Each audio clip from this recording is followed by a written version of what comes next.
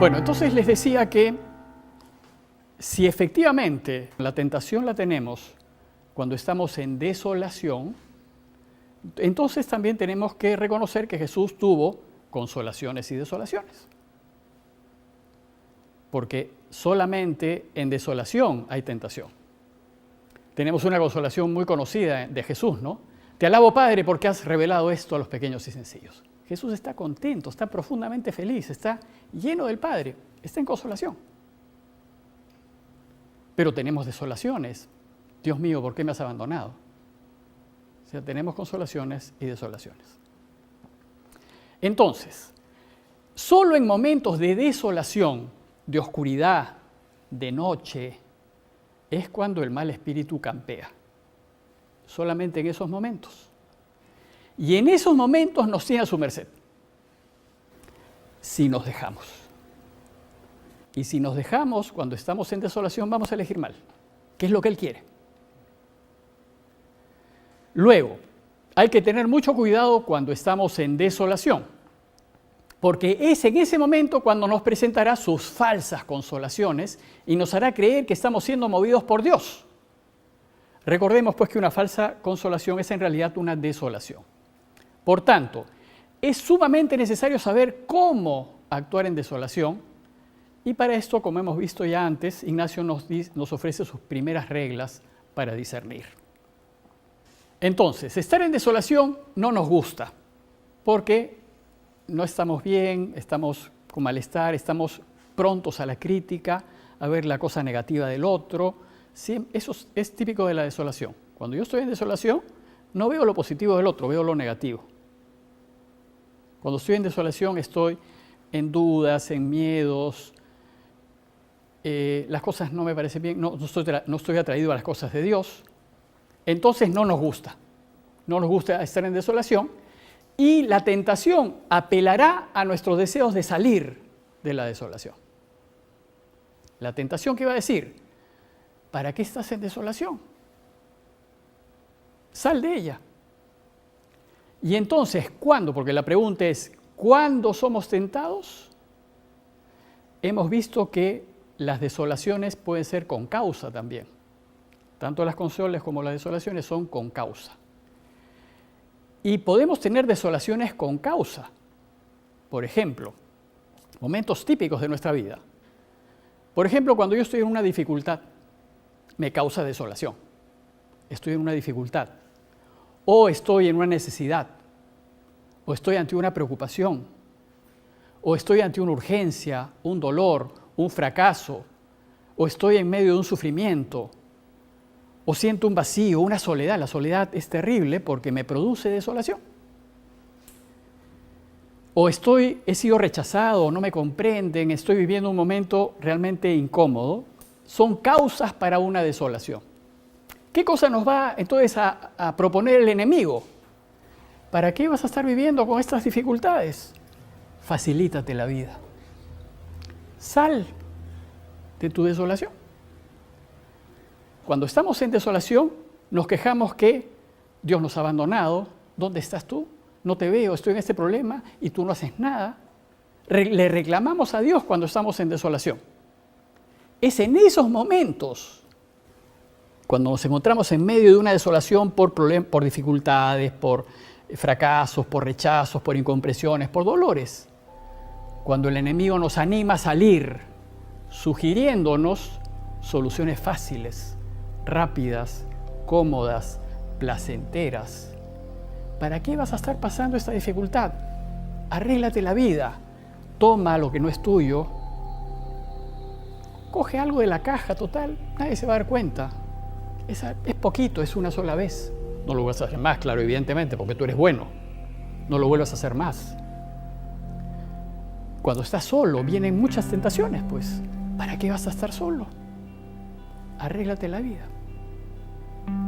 Y entonces, por no estar solo, busca soluciones fáciles, cómodas, placenteras, que te sacan de la soledad momentáneamente. Porque tú eliges y momentáneamente estás distraído, pero como es una desolación, inmediatamente caes en el vacío, en el sinsentido, en la soledad peor. Pero al enemigo eso no le interesa. Lo que le interesa es que tú elijas mal. Y las alternativas fáciles, seguras y cómodas son las salidas que son las tentaciones. Son las salidas que nos propone el enemigo para que nosotros elijamos separarnos de Dios. Y finalmente terminamos peor que al inicio, que es el texto de Lucas que les propuse en la reunión anterior, ¿no? El que está bien va a ser atacado por el mal espíritu con tanta fuerza que el final del hombre termina peor que el principio. Hay épocas de especiales tentaciones en donde interviene con fuerza el mal espíritu. La primera época en donde interviene con fuerza el mal espíritu es en la adolescencia. En la adolescencia nosotros tomamos decisiones. Son primeras decisiones. Y siempre que tomamos decisiones, el enemigo va a querer que elijamos lo que no nos ayuda. Tomamos decisiones que nos marcan la vida. ¿Quiénes son mis amigos? ¿En qué grupos voy a estar? ¿Qué experiencias voy a tener? ¿Qué novedades? Y ahí el enemigo nos ofrece, oye, pero estás solo. ¿Por qué no nos vamos a tomar un trago, un poquito de droga? Te hace olvidar, te hace pasar bien. Te facilita, te saca de la dificultad, del abandono, del que no te sientes querido. Vamos, hombre, olvídate. Elige, que esto te va a hacer feliz. Y en la adolescencia tomamos decisiones claves. Si no elegimos bien en la adolescencia, nuestra vida va a ir de tumbo en tumbo. La segunda etapa en donde tomamos decisiones importantes, importantísimas diría yo, es en la época universitaria y posuniversitaria. Porque ahí tomamos decisiones serias. ¿Qué voy a estudiar? ¿Dónde voy a trabajar?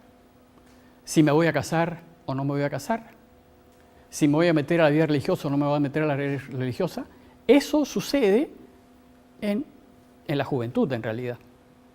Pero esas decisiones te marcan la vida. Y si nosotros no somos conscientes de que en esos momentos vamos a ser tentados para otra alternativa que Dios no quiere, no vamos a completar nuestra vida. Y en la madurez tiene momentos claves para la toma de decisión.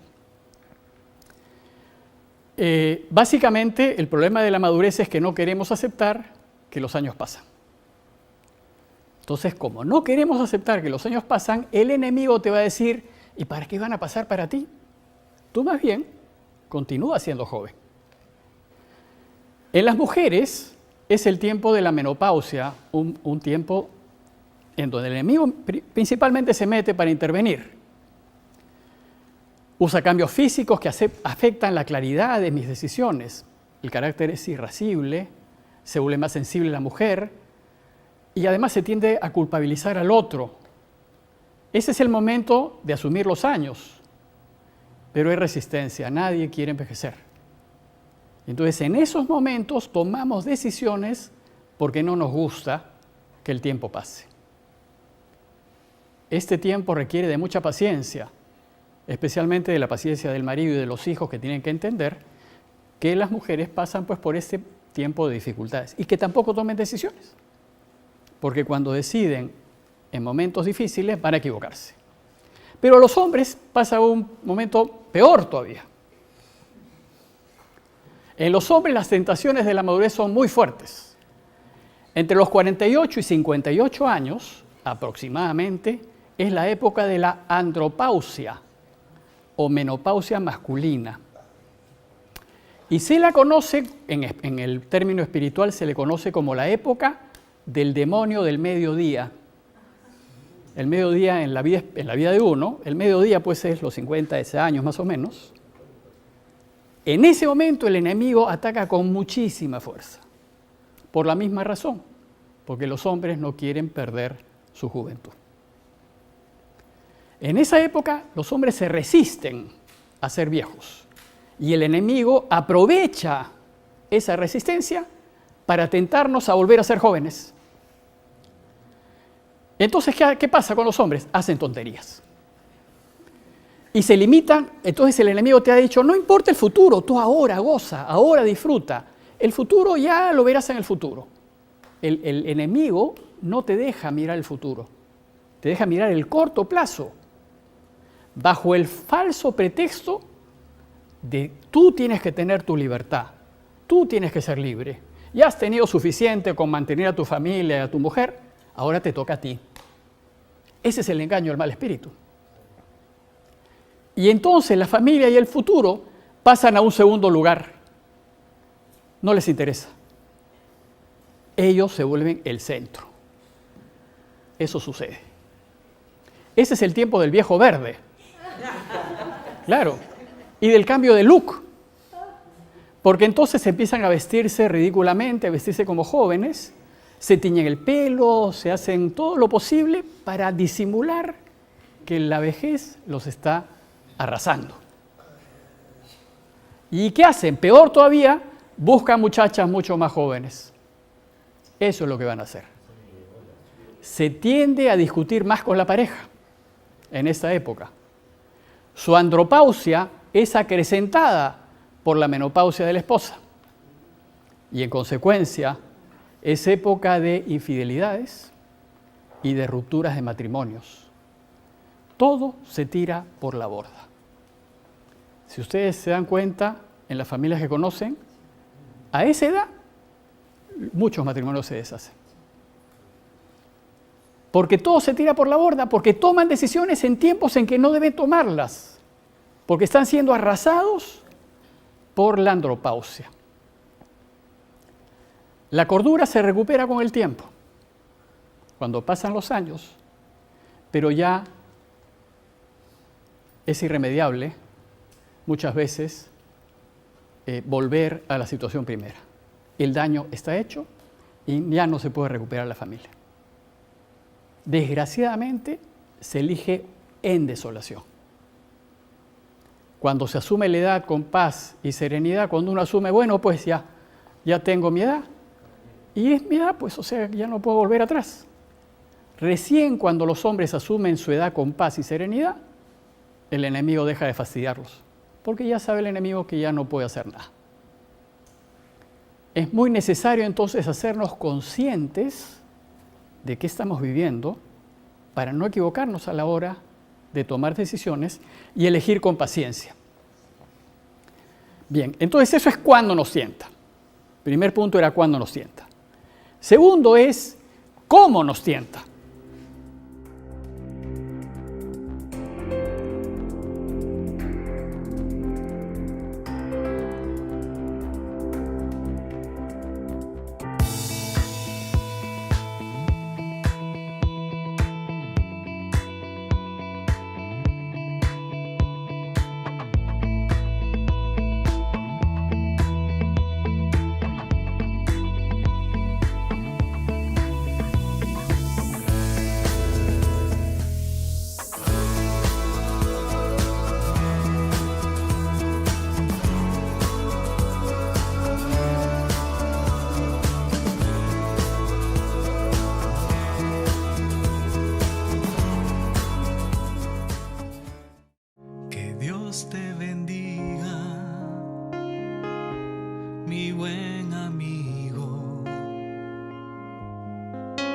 Que la paz y el amor reinen en tu camino.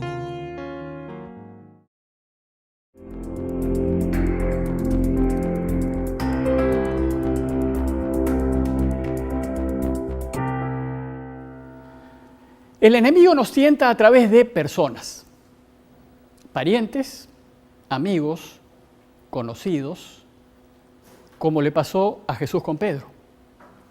Jesús va a ser tentado a través de Pedro. El enemigo va a usar al amigo querido de Jesús para que Jesús cambie de opinión. Y eso nos pasa a menudo. Por ejemplo, cuando yo decidí ser jesuita, yo tenía 28 años. Mi familia nadie tenía idea que yo estaba en esto porque nunca mostré mucha cercanía a las parroquias. No era persona de parroquia. Entonces fue una sorpresa para mi familia que yo eligiese dejar lo que estaba haciendo por hacerme jesuita. Un tío, hermano de mi mamá, muy querido mío, me llama a decirme: flaco, ¿qué locura vas a hacer? ¿Cómo se te ocurre a ti meterte de cura? Mira todo lo que vas a dejar. Mi tío pensaba que me estaba haciendo un bien, me estaba dando un buen consejo. Pero lo que él estaba siendo movido por el enemigo para que yo no dejase de lado la primera decisión y le hiciese caso. Felizmente que yo le agradecí mucho su consejo, pero le dije: mira, yo ya soy mayor de edad y quiero hacer con mi vida lo que yo quiero. Pero eso sucede tan frecuentemente que nosotros nos dejamos llevar, después de una decisión muy clara, por las opiniones de otros. Y no decidimos lo que Dios quiere, sino que el mal espíritu usará a conocidos, a parientes, para desviarnos de los propósitos que tenemos. Entonces, si eso es así con nosotros, tenemos que tener muchísimo cuidado cuando nosotros aconsejamos. Porque nosotros podemos estar desviando a las personas de lo que Dios realmente quiere. Antes, tenemos que discernir: ¿esto que voy a decir y que voy a aconsejar sale de una consolación verdadera? ¿O simplemente quiero que el otro haga lo que a mí me gustaría hacer, lo que a mí me gustaría decir? Sucede a veces con los papás, que quieren que el hijo estudie lo que ellos quisieran que estudie, porque ellos no lo han podido hacer y entonces se proyectan en el hijo y obligan al hijo a estudiar lo que ellos quieren. Eso está mal, porque le quitan al hijo la libertad. Es el hijo el que tiene que tomar sus decisiones. Y los padres deberían aceptar, aunque el hijo decida lo que los padres no quieren.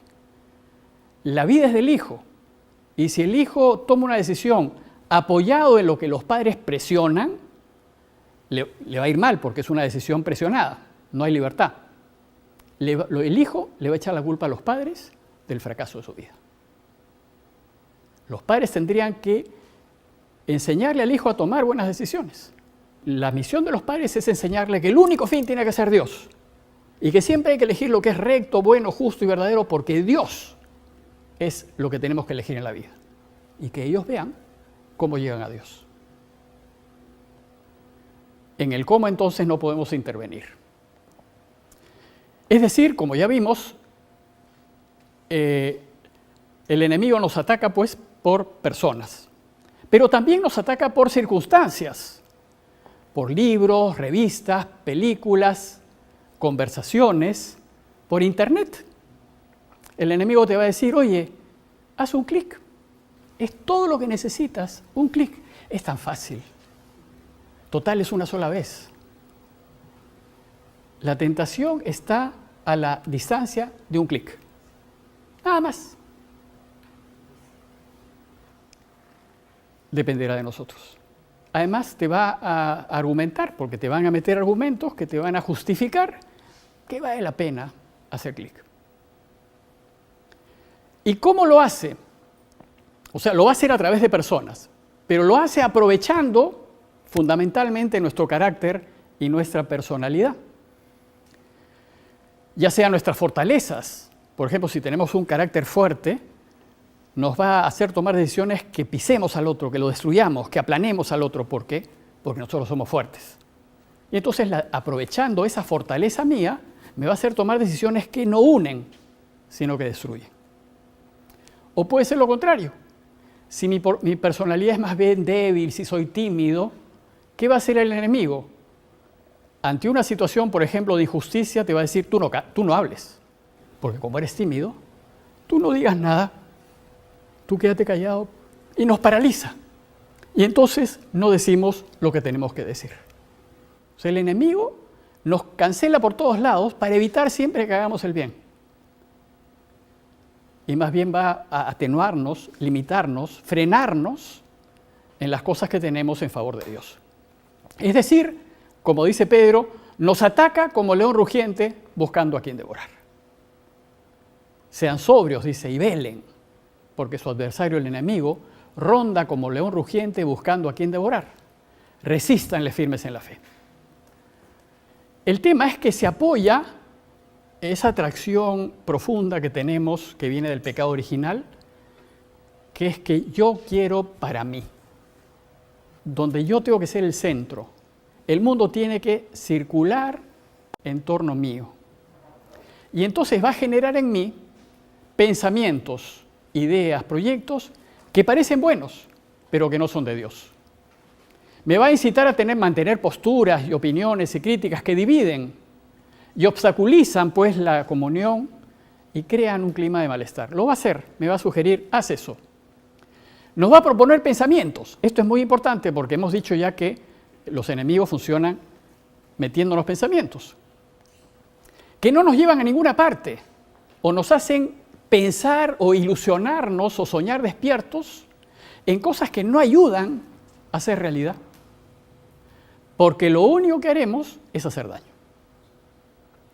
Entonces muchas veces soñamos despiertos o mantenemos un pensamiento iluso que no es posible realizarlo y que si lo realizásemos, lo único que haríamos es daño.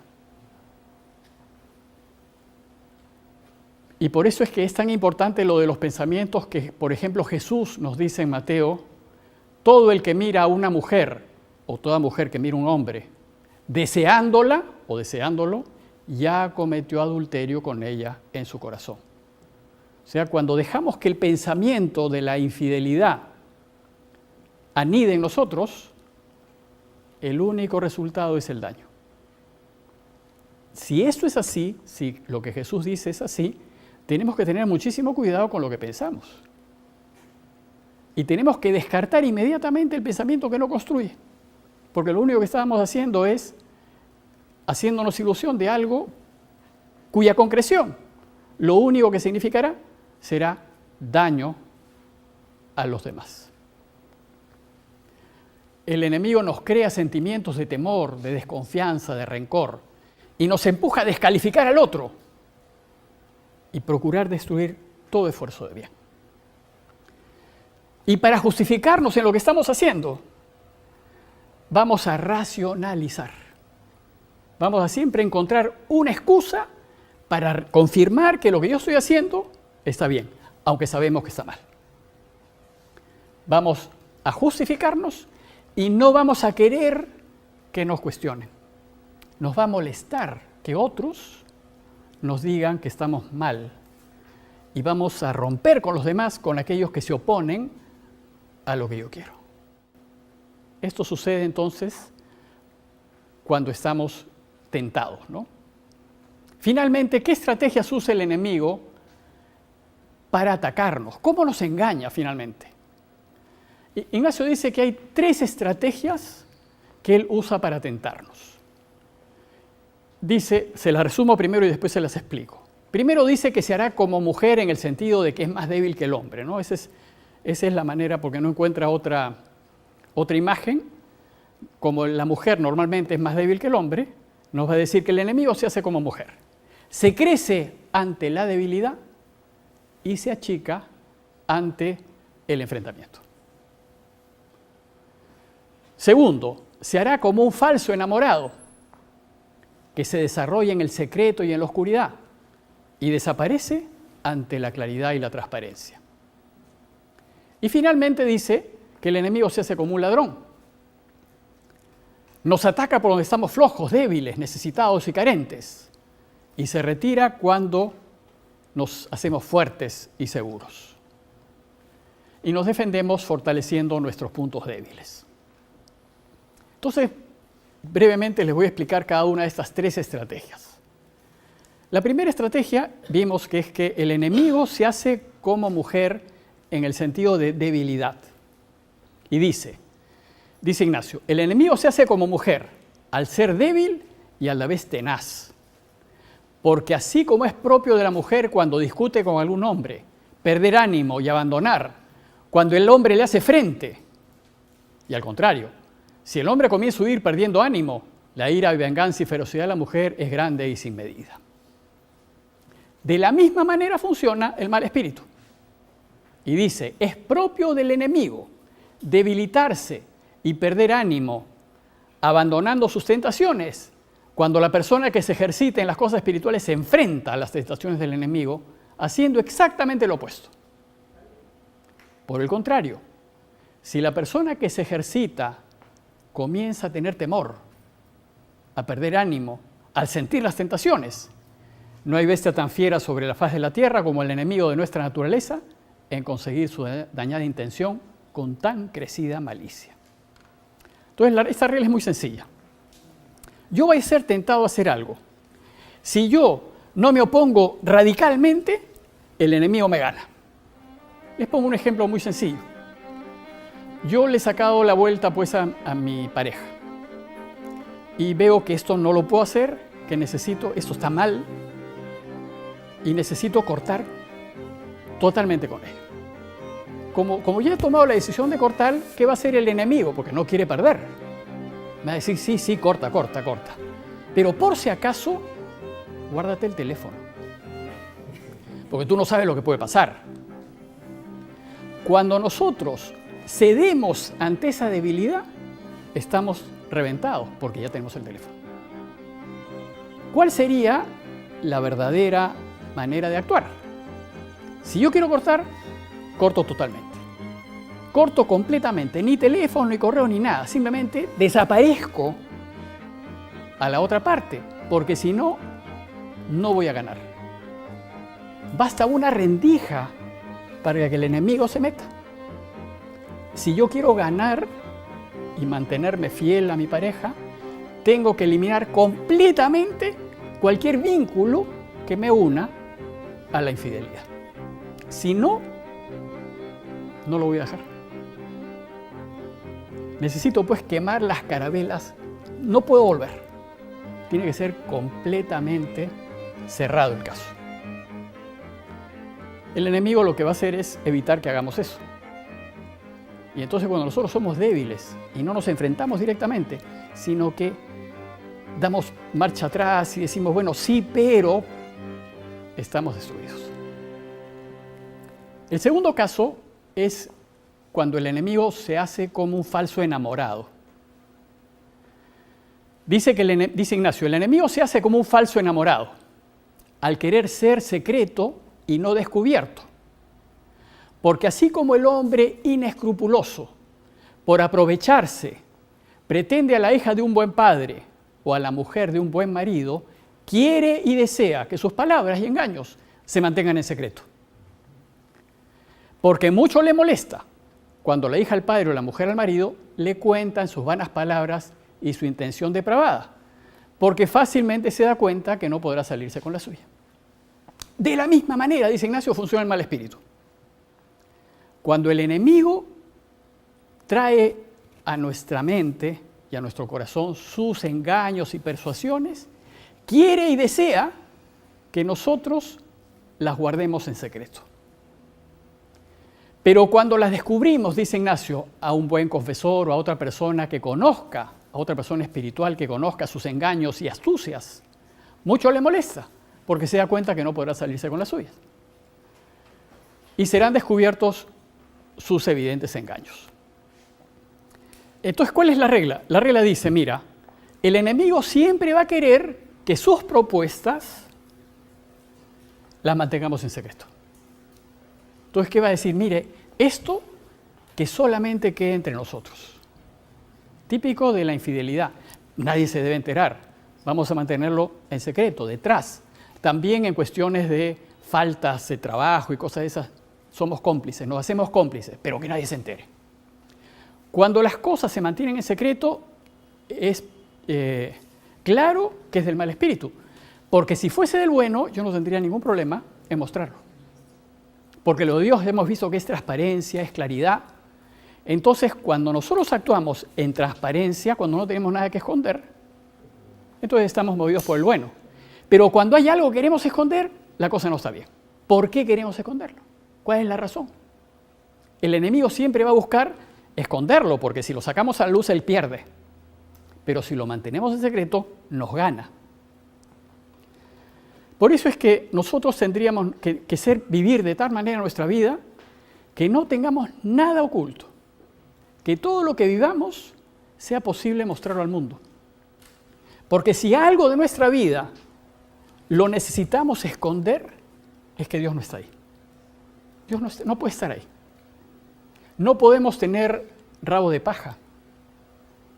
La conclusión entonces es que toda mi vida tiene que estar absolutamente transparente, que me investiguen, que vean absolutamente, les muestro todo. Yo más bien sería de la postura de si me cuestionan, les abro todas mis cuentas, les muestro todo, para que vean que no tengo nada que esconder.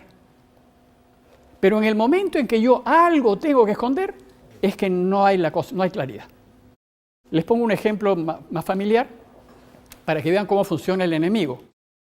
Yo tengo un hermano 1 año menor que yo, y cuando éramos adolescentes, en ese tiempo sí, uno iba a la matiné, pues, ¿no? Que era de 3:45, creo, a 6, ¿no? Mi hermana le pide permiso a mi mamá para ir a la matiné con sus amigas.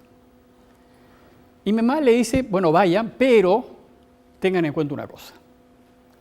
Si una persona, un hombre, se sienta al costado de ustedes y las comienza a fastidiar, ustedes griten, hagan escándalo, que se prendan las luces, que quede en evidencia que los está fastidiando. Ese señor se va, desaparece, porque ha quedado en evidencia sus engaños. Pero si ustedes se paralizan por el miedo, que es del mal espíritu, y no dicen nada, el enemigo las puede hacer muchísimo daño. Entonces lo que hay que hacer es hablar, decir. Por eso el consejo de Ignacio es, cuando tú seas tentado, háblalo. Dilo a tu buen confesor, a una persona espiritual que conozca cómo funciona el mal espíritu, porque ya no va a poder engañarte, porque va a quedar expuesto y lo vas a anular.